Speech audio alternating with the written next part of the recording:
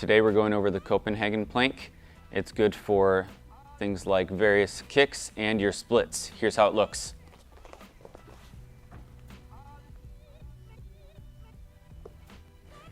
Level 1 of this, we want to keep this part shorter. So we're going to prop knee instead of foot here. And we're going to make sure that elbow and palm are down. We don't want it to be a fist. Knees here, and then I'm trying to straighten my line as I pull down. I should feel in my groin/adductors, that's this area, as I am pushing down / pulling hip up. And I can either hold for time or I can go back and forth like this.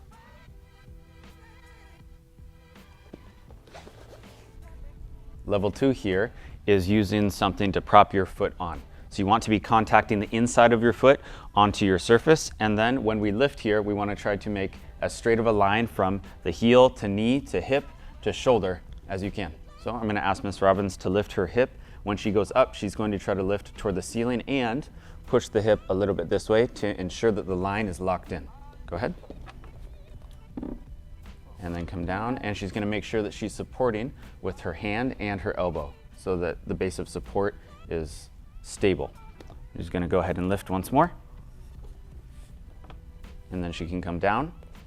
When you're performing these, you can do these for reps where you're only slightly holding at the top and then coming down, or for time where you're trying to challenge for longer.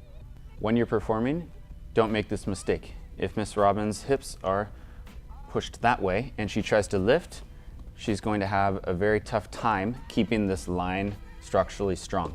Come down.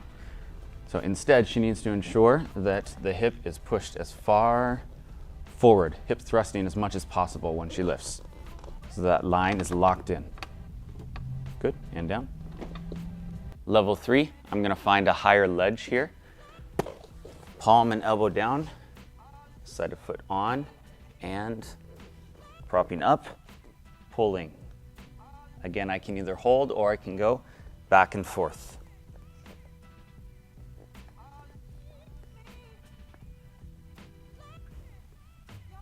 Follow for more flexibility skills.